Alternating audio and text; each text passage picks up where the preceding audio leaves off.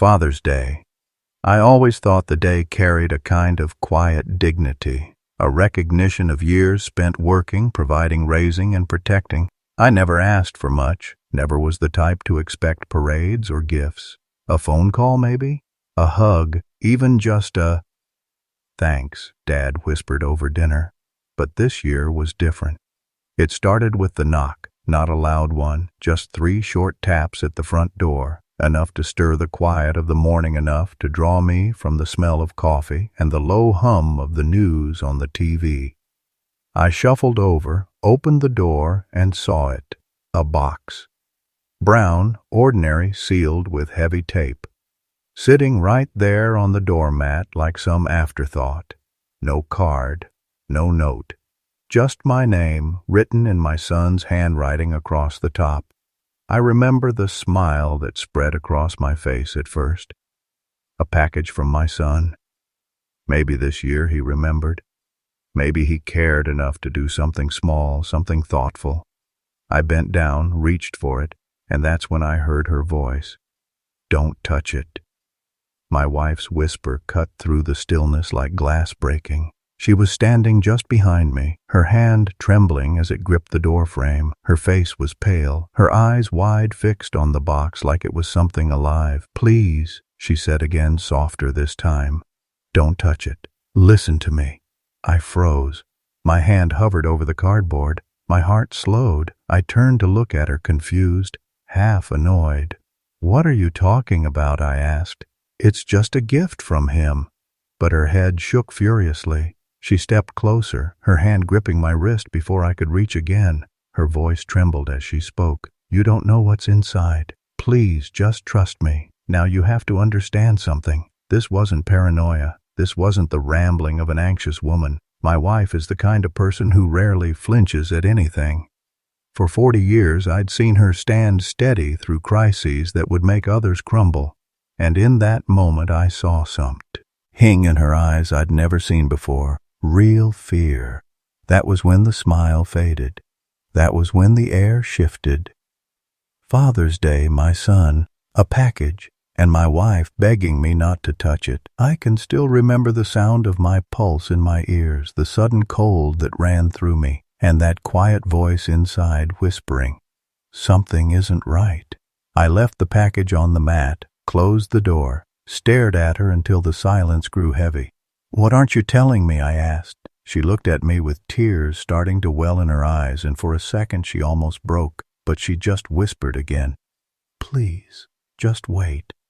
I'll explain."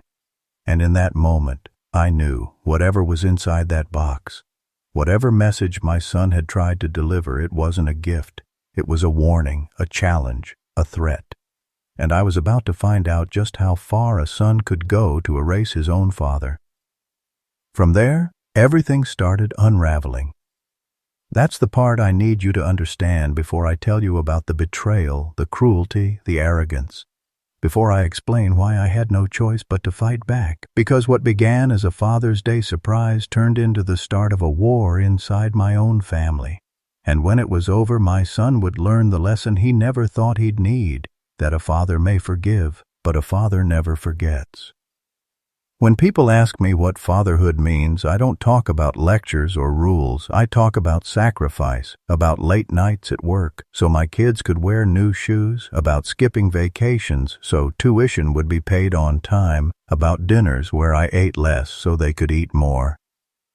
That was my life, and I gave it freely. My son Daniel was my pride for so many years. He had my smile, my stubborn streak, even my handwriting. I remember holding him when he was born, swearing silently that I'd protect him from every shadow, every storm, and for decades I thought I'd done just that. But somewhere along the way, Daniel stopped seeing me as a father. He started seeing me as an obstacle. It wasn't sudden. No, betrayal rarely is. It happens slow, in fragments, in moments that don't feel big until you look back and see the pattern. The first cracks appeared after he married his wife Claire, was sharp-tongued and controlling from the beginning, but I told myself it wasn't my place to interfere. She didn't like how often Daniel visited us. She didn't like that we had a family cabin, a place filled with decades of memories where Daniel used to fish at the lake with me. She wanted those things closed off, sold erased. New families need space, she said once, smiling politely at my wife while cutting steak at the table. Daniel isn't a little boy anymore. He doesn't need to keep running home. I remember the way my wife looked down at her plate, biting her tongue. I remember telling myself not to respond, but inside I felt something twist. That was the beginning. After that, Daniel's visits grew fewer. His calls became shorter, always rushed, always distracted. Birthdays, anniversaries, even Mother's Day, more often forgotten than remembered. And when he did show up, it wasn't with warmth. It was with a kind of weary obligation, as though being with us was something to check off a list. Still, I let it go. Parents forgive over and over. It's what we do. But forgiveness began to feel like weakness when the request started. Dad, can you co-sign this loan for me? Dad, could you help us cover the down payment? Just until we're settled. Dad, we're thinking of renovating. Could you? It wasn't asking, not really, it was expecting. And each time I gave in, telling myself it was helping him build a future. But here's the thing about people who only take, no matter how much you give, it's never enough. The worst part wasn't the money. It was the disrespect. One evening, Daniel and Claire came over. My wife had cooked a full dinner. The table was set with her mother's china candles flickering. We'd been excited, foolishly, hopeful for one of those rare nights where family felt whole again. Halfway through the meal, Claire smirked and said, "It's funny, really. You two still live. He in this house, like it's the 70s. Don't you think it's time to downsize? I mean, Daniel and I could really use a place like this. So much wasted space for just the two of you." I looked at my son. He didn't laugh, didn't dismiss it. He just kept eating as if the idea wasn't outrageous, as if our home, 40 years of memories, work, sacrifice was something disposable. That night my wife cried after they left. She tried to hide it, turning her face into the pillow, but I heard, and I knew. Something inside Daniel had shifted. He wasn't just distant anymore. He was looking at us like problems to solve. The cruelty sharpened over time. When I got sick, nothing life-threatening, just a surgery that required weeks of recovery. Daniel didn't visit once, not a call, not a text. My daughter came every day, but Daniel's silence, until the medical bills came due, and suddenly he was on the phone again, not asking how I felt, but asking what insurance we had, asking if we'd considered selling some assets. That was the word he used. Assets, not heirlooms. Not the cabin where his grandfather taught him to cast a line, not the house where his mother sang him to sleep. Asset. I started to see it clearly then. To him I wasn't Dad anymore. I was a ledger, a wallet, a stepping stone, and Claire. She was the whisper in his ear, feeding the hunger, stoking the entitlement. By the time Father's Day came around, my expectations were low. I didn't hope for gifts. I didn't hope for dinner together, but I didn't expect malice. I didn't expect cruelty dressed as generosity. So when I saw that package on the doorstep with my name scrawled across it, something in me softened, just for a moment. Maybe he remembered. Maybe he still cared. But my wife knew better, because a week earlier she'd overheard something, a conversation Daniel had not meant for us. She never told me the full details, not then, but she heard enough to know that package wasn't meant to honor me. It was meant to unsettle me, to remind me that I wasn't in control anymore. That was the gift, not love, not respect, power. That's the injustice, the heart of it that I gave my life to, raising a boy into a man, and he grew into someone who looked at me not with love, not even with indifference, but with calculation. And on Father's Day of all days, he left his message on my doorstep, a box taped shut, heavy with meaning, but empty of love. It wasn't the cardboard that broke me, it was the years behind it, the steady erosion of respect, the shift from son to stranger, the quiet theft of what should have been sacred. And I realized then, standing in my living room with my wife's hand still on my wrist, that this wasn't just about me. It wasn't just about what I had lost. It was about what I had allowed. You see, injustice doesn't just happen. It grows in the cracks of silence in the space where boundaries should have been. I had let Daniel take and take and take because I thought that was love. I thought that was duty. But all I'd really done was teach him that my sacrifices were endless, my patience infinite, my worth negotiable.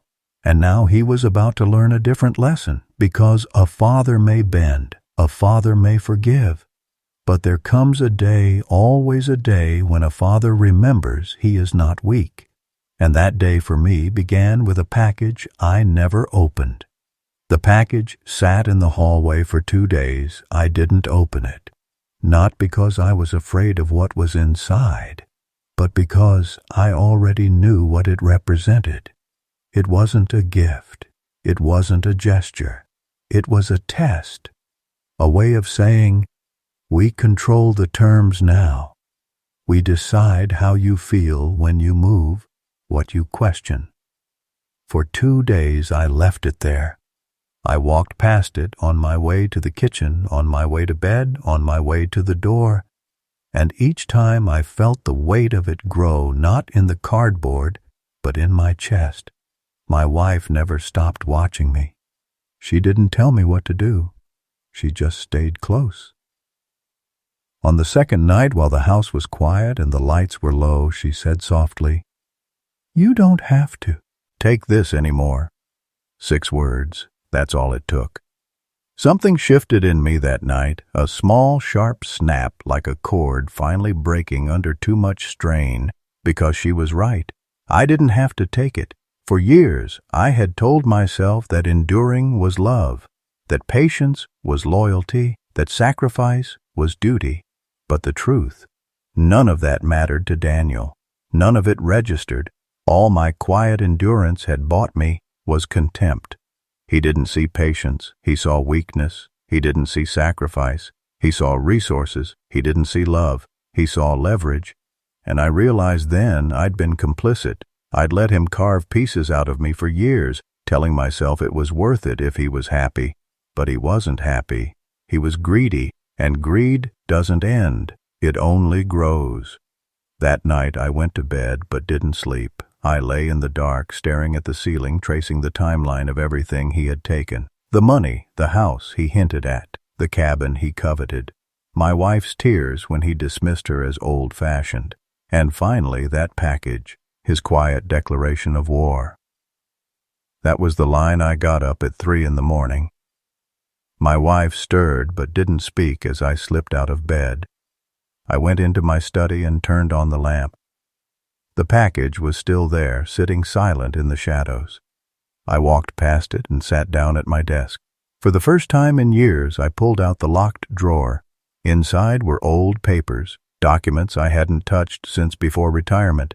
Titles, deeds, bank records, insurance policies, the kind of things Daniel never bothered to ask about because he assumed he already knew everything. And as I spread them out, something unexpected happened. I started to smile, because in those papers I saw power, quiet power, the kind no one thinks about until it's too late. The cabin wasn't just sentimental, it was in my name with a trust attached. The house wasn't just brick and wood, it was mine, fully paid off with clauses Daniel never imagined existed. Even the accounts he thought I had drained for him. He didn't know about the others, the ones I'd kept quiet, tucked away for years. He thought I was at his mercy, but really, he was standing on a floor I built, and I still held the ground beneath him. By sunrise, my decision was made. I wasn't going to confront him in anger. Anger was too easy to dismiss. No, Daniel needed to feel what I had felt. He needed to know what it was like to have control stripped away, to be left powerless in the face of someone else's choices. He needed to learn that the father he underestimated wasn't broken. He was awake. When my wife came into the study with coffee, she saw the papers spread across the desk. She didn't ask what I was doing. She just set the cup down and placed her hand on my shoulder. "You've decided," she said. "Yes," I replied. My voice was calm, steady, almost unfamiliar. "It's time he learns who he's dealing with." That morning, I picked up the package for the first time. I carried it outside, placed it in the garbage bin, and shut the lid. No curiosity, no hesitation. Whatever message he thought he was sending, I wasn't playing along. The real message was mine to send, and it wouldn't come in a cardboard box. It would come in silence, in patience, in a plan so careful, so deliberate that by the time Daniel realized what had happened, it would already be over. For years I had been the father who gave, the father who forgave, the father who bent under the weight of his child's demands. But now I was something else. I was the father who remembered every slight, the father who rebuilt his backbone, the father who had nothing left to lose and everything left to prove. And that was the night the ledger changed. No longer debts I owed him, but debts he owed me. That was the turning point. Not rage, not despair, but clarity. The moment I stopped seeing myself as powerless. The moment I stopped seeing him as untouchable.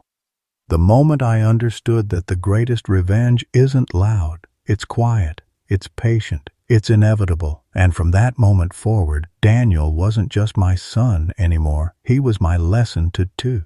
Each. Once the decision was made, the hardest part wasn't the idea of doing something, it was doing nothing obvious. If you want someone to learn a lesson loud, theatrics only make them dig in. Real change comes from patient pressure, the kind you can box up and hand back like a neat, undeniable fact. I set up at the kitchen table like I'd set up a job site. Papers spread, checklist on a legal pad, coffee within reach. The first thing I did was inventory. Not emotionally, legally. Names on deeds, who paid what and when. Account holders, beneficiaries, trust language. I ran my finger slowly along the margins of old documents I hadn't looked at in years, feeling that steady, practical satisfaction you get when things are in order. If you're going to take back ground, start with the ground itself. Step 1. Paperwork that can't be argued. I pulled every title, every mortgage statement, every tax receipt. The house, the cabin, the small parcel by the river, all mine, fully paid or in my control. I photocopied each page twice. Dated the copies, put one set in a folder marked ready and the other in a safe deposit box I'd opened that morning. Physical facts are stubborn things. They don't bend to anger or charm. Step 2. Legal counsel, not for theatrics, for clarity. I made an appointment with a lawyer I'd used years ago for a contracting matter, practical, buttoned up, no sympathy theatrics. I laid the situation out. The package, the slights, the years of unpaid contributions taken as entitlement. He listened without blinking. Lawyer practical, you have rights.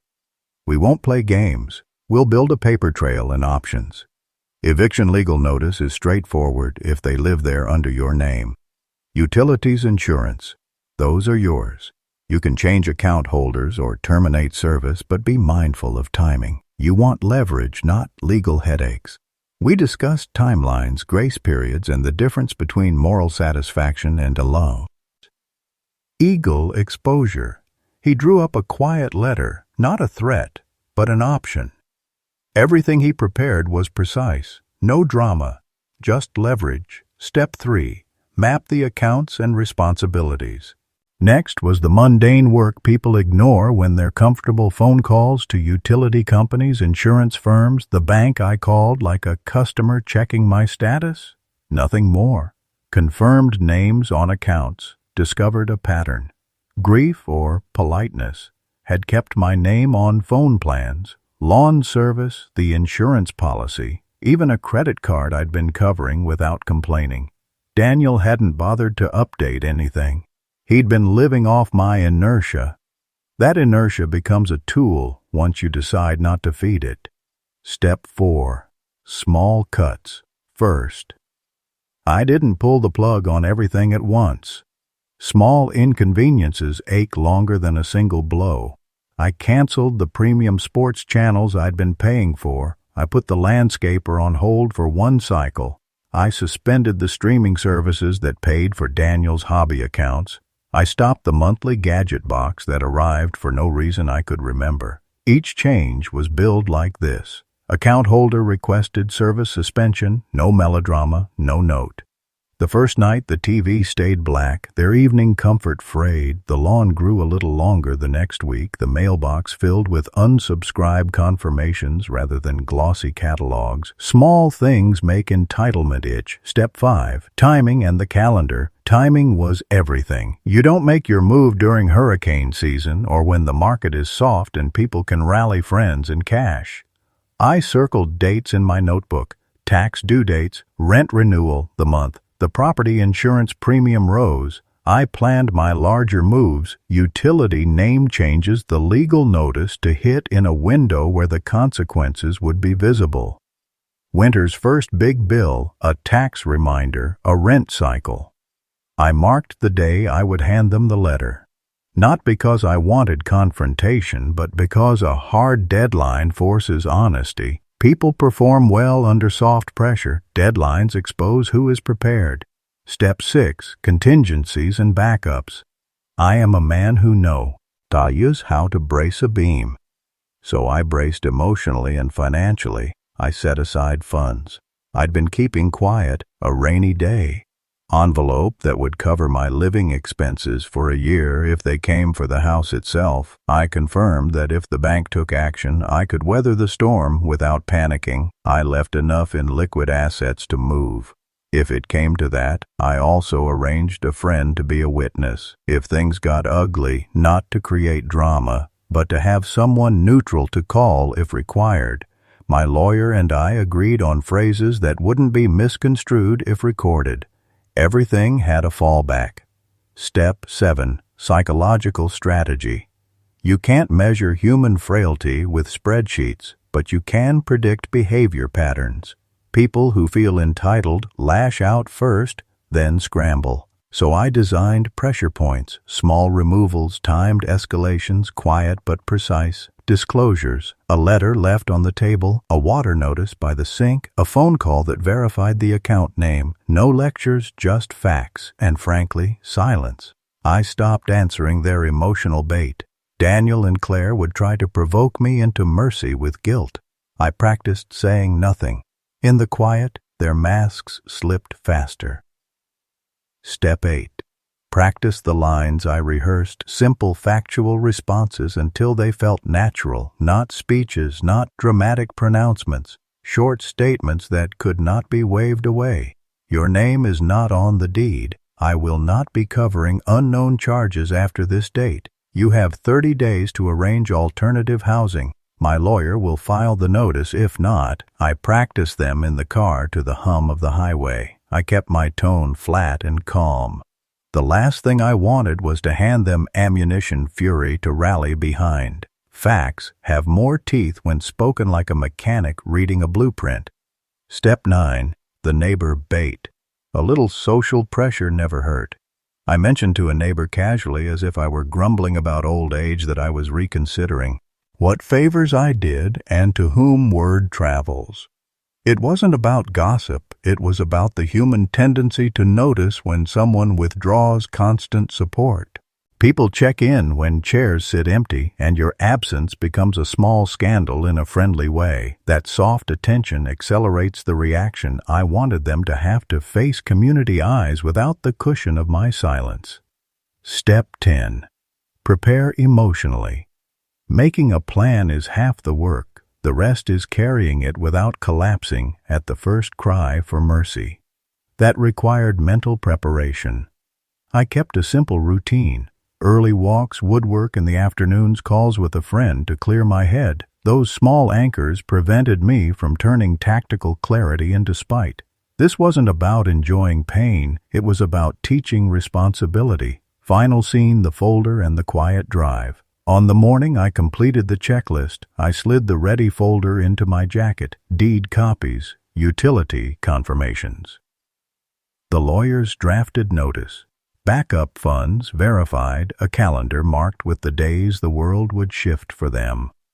I drove past the house slowly on the way to get coffee. The porch looked ordinary, a lawn chair, a kid's bike, a grill with rust forming. Inside, they ate routine dinners and assumed everything would stay the same. They did not know the paper in my pocket. They did not know the quiet timetable, but they would. I sipped my coffee and felt neither triumph nor malice, just a hard, steady focus. The plan was not about revenge for its own sake. It was about making sure the years of taking came to a close, about letting consequences land precisely where entitlement had thrived. And when the first notice slid across the table, it would read simple and neutral, no theatrics, no flourish, just fact. The kind people can't argue with, the kind that changes lives. You plan for weeks, you move pieces slowly, carefully, like lining up dominoes, but when the first one tips, it doesn't fall quiet. It lands sharp, and everyone in the room hears it. The living room Sunday evening. It was Father's Day again, a year since the package at the door. The symbolism wasn't lost on me the day the world tells men like me to be honored, appreciated. Instead, it had become the day of betrayal, which made it perfect for the confrontation. I walked into their house, my house, with the folder under my arm. Not gifts, not cards, facts. The air smelled of grilled meat and cheap beer. Daniel was slouched on the couch with a game controller. Claire was fussing with plates, performing the small gestures of hosting without ever acknowledging that I'd been the one who paid for the roof over her head. Turn the game off. Both of you. We need to talk. Daniel, half laughing, not moving. Dad, it's a boss fight. Can this wait? No, not this time. He looked up, registering the tone. Claire froze with a plate in her hands. The room shifted from casual to tense in a heartbeat. What's going on? I've been patient, too patient. Today, we're going to clear the air, and you're going to listen because for once you don't get to interrupt. Silence. Daniel put the controller down, muttering something under his breath. I opened the folder and spread the documents across the table like a dealer laying down cards. Round 1. The facts. See this. The house deed, one name on it. Mine, not yours. Daniel, not yours. Claire, mine. Every tax bill, every mortgage statement, every repair, I paid for it. And yet you sit here treating it like your kingdom, like you're entitled to it. Are you serious right now? After everything we've done? This is family, Dad. You don't pull legal papers on family. Family doesn't bleed one man dry while pretending it's a gift. Family doesn't make Father's Day the day of betrayal. You think love excuses entitlement. It doesn't. You could have just talked to us. You didn't need to do all this. I did talk for years. I asked, I reminded, I begged, and every time you smiled, nodded, and went right back to taking. Talking doesn't work with people who don't listen. Round 2, the utilities. I slid another MS. Head of papers, forward utilities, every account, power, water, phone, internet in my name. You've been living like tenants who never pay rent, never see a bill, never even notice the effort that keeps this place running. Starting this month that ends, each company has been notified. Within 30 days, the accounts either transfer to your names or the service stops. You can't just cut us off. That's cruel. No, it's reality. You want independence. Earn it. You want comfort. Pay for it. My responsibility ended the day you treated me like a wallet instead of a father. You know, we've been struggling. I heard Claire pleading. You're lying. No, I'm interrupting. Struggling doesn't mean stealing. Struggling doesn't mean lying. If you were honest about needing help, maybe we'd be having a different talk. But you've built comfort on my silence. That ends tonight, round 3. The package. I slid the photo across the table, the one of the package from last year. Do you remember this Father's Day, a year ago? You left this at my door like a gift, but you both knew what was inside. Debt. A mess you wanted me to shoulder. That wasn't just careless. That was betrayal. And you whispered, Claire, I heard you. Don't touch it. As if it were something toxic. You were right. It was. That was the moment I knew I wasn't a father to you anymore. I was a mark. That moment changed everything. You may not have realized it, but that was the day I started preparing for this. Daniel shifted in his chair, restless, but he didn't speak. His silence said more than his anger ever could. Round 4, the ultimatum. I pulled out the lawyer's letter. This is the notice. You have 30 days to leave this house. 30. After that, my lawyer files for eviction. No negotiation, no extensions. The timeline is firm. You're kicking us out. Your own son. After everything, you're unbelievable. No, Daniel. What's unbelievable is how long I let it go on. 30 days is mercy. You should be grateful for that. Please, can't we work something out? We'll pay. We'll change you. Have had years to change. You didn't. Now consequences. This isn't revenge. It's responsibility catching up. The silence. The room hung heavy. No one moved. The documents lay spread between us like weapons. Daniel's face was red, his hands clenched, but he couldn't find words. Claire's eyes filled, but tears don't erase years of taking. For the first time in years, I wasn't the one cornered. They were, "You'll regret this. One day when you're alone, you'll regret it." I'd rather be alone with my integrity than surrounded by family who see me as a resource to drain. If you think this house makes you strong, wait until it's gone. That's when you'll learn what strength is. I gathered the papers back into the folder, stood, and walked toward the door. They didn't follow. They didn't shout. The silence behind me was the real victory. Not the anger, not the accusations. The silence of two people who finally realized the game was over. The confrontation wasn't loud. It wasn't violent. It was surgical. The moment you stop feeding entitlement, it collapses under its own weight. All I did was stop carrying what was never mine to hold. They thought I'd cave. They thought tears or rage would sway me. But sometimes the most powerful sound in the world is silence. The silence of people who know the truth has landed and there's nothing left to say. The thing about pulling a thread is you don't always realize how many knots it's tied into until the whole fabric starts unraveling. That's what the fallout looked like. Not fireworks, not screaming, just a steady collapse. One quiet snap at a time. Week 1. The shock. They thought I was bluffing. That much was obvious. Daniel didn't move out. Claire didn't start looking for places. Instead, they acted like if they ignored the papers on the table, they'd dissolve into thin air. But the first bill came in Daniel's name, power. No more invisible hand paying it. And when he saw the total, he swore under. His breath, like the numbers, were a personal insult. For the first time in his life, my son had to make a choice. Food, gas, or lights. I didn't smile. I didn't gloat. I just let reality knock. It's louder than I ever could be. Week 2, the cracks. Claire tried to pick up hours at a part-time job I heard through a neighbor she was working nights at a grocery store. Daniel complained about it loud enough for people to overhear that she wasn't around enough, that things were harder than they should be. People started talking, word spread fast in our little circle. The story flipped the proud young couple who thought they had it all together, now leaning on each other like broken scaffolding.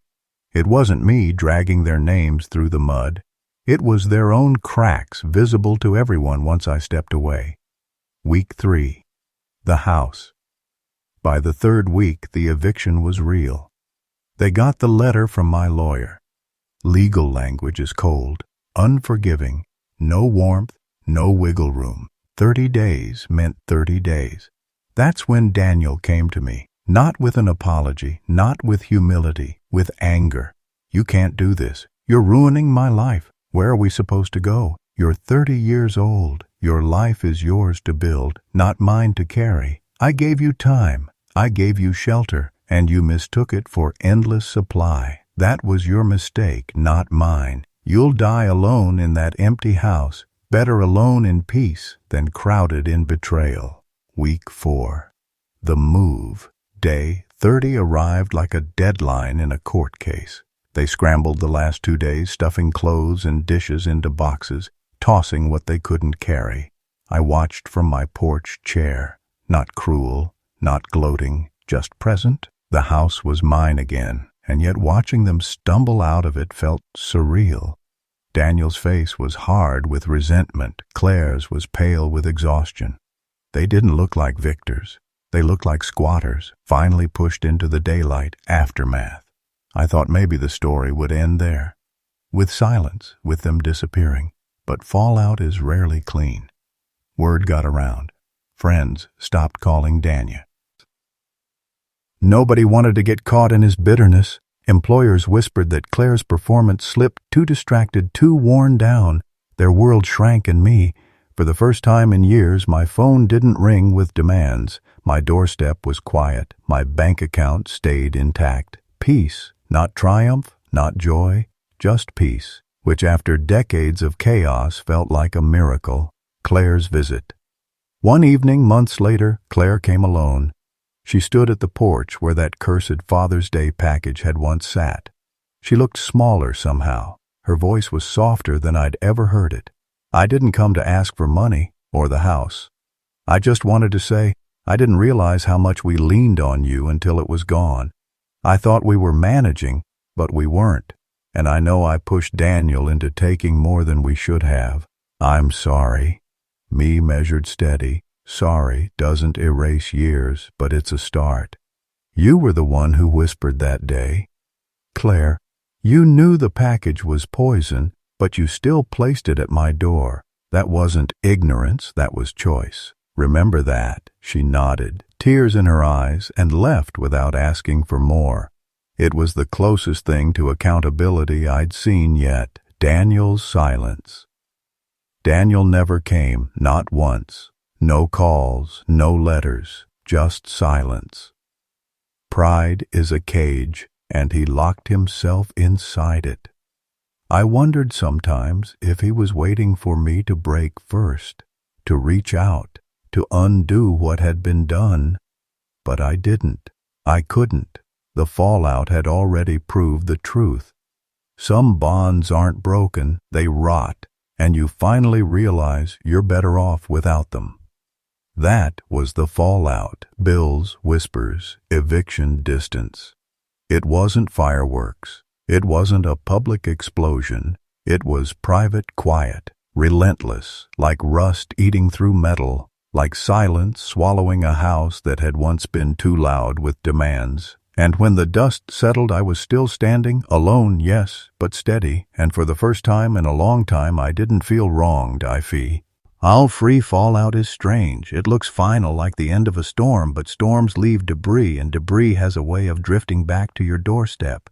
That's what happened the night Daniel finally called the call. My phone lit up around midnight. I almost didn't answer. The number was familiar, but the hesitation in my chest was stronger than I'd like to admit. Still, I pressed the green button. His voice was different. Not sharp, not angry. Just tired, worn down like sand after too many waves. Dad, I don't know where else to go. Me steady, measured. You've had months to figure that out, Daniel, a crack in his voice. I messed up. I know that Claire's gone. She couldn't take it anymore, and I don't blame her. I pushed everyone away, even you, the meeting. We agreed to meet the next day. Neutral ground, a small cafe on the edge of town. I chose it because it wasn't home, it wasn't history, just a table between us. Nothing else. He looked thinner, older somehow. His shoulders slumped in a way I'd never seen before. Life had done what my lectures never could. He didn't order food, just coffee. He stirred it for 10 minutes straight before he finally spoke. I thought I was strong. I thought I didn't need you. I let Claire's words fill my head. I believed I deserved more, that you were holding me back, and I treated you like a burden when all you ever did was carry me. I can't change what I did. I can't erase it. But I'm sorry. I'm sorry, Dad. Me calm, not cruel. Sorry is a word, Daniel. And words are cheap. You used to throw them around like pocket change. So tell me, why should this one mean more? Daniel, tears in his eyes, because I finally lost everything. And when I did, the only person I wished I could call was you, the test. I sat back watching him. Every instinct in me wanted to reach across the table, to put a hand on his shoulder, to say it was all forgiven. That's the curse of being a parent. Your heart doesn't care about the wounds. It only cares about the child. But scars teach you patience. Scars remind you what happens when you open too quickly. So I tested him. If you want my forgiveness, it comes with terms, not money, not the house. Respect, boundaries, honesty. You cross those lines again, Daniel, and this conversation will be our last. Do you understand? Daniel nodding quickly, desperate. Yes, I do. I swear I do. Me, leaning forward, voice steady. Don't swear. Show the walk back. We walked out of the cafe together, silence stretching between us. The air was cool, the kind of night that makes you think maybe the world isn't finished with you yet. He stopped at his car and turned back, eyes red but clearer than I'd seen in years. Thank you for giving me this chance. It's not a chance, son. It's a test. Don't fail it. Reflection. Reconciliation is not erasing the past. It's not pretending the fire never burned. It's standing in the ashes and deciding whether the person in front of you has learned enough not to light the match again. That was Daniel's attempt. Not full repair, not healing in an instant, just a step. A shaky, imperfect step, and I allowed it. Not because I forgot the hurt, but because sometimes the greatest revenge isn't slamming the door forever. It's opening it just wide enough to see if they've truly changed, and knowing you hold the power to close it again. So yes, Daniel tried.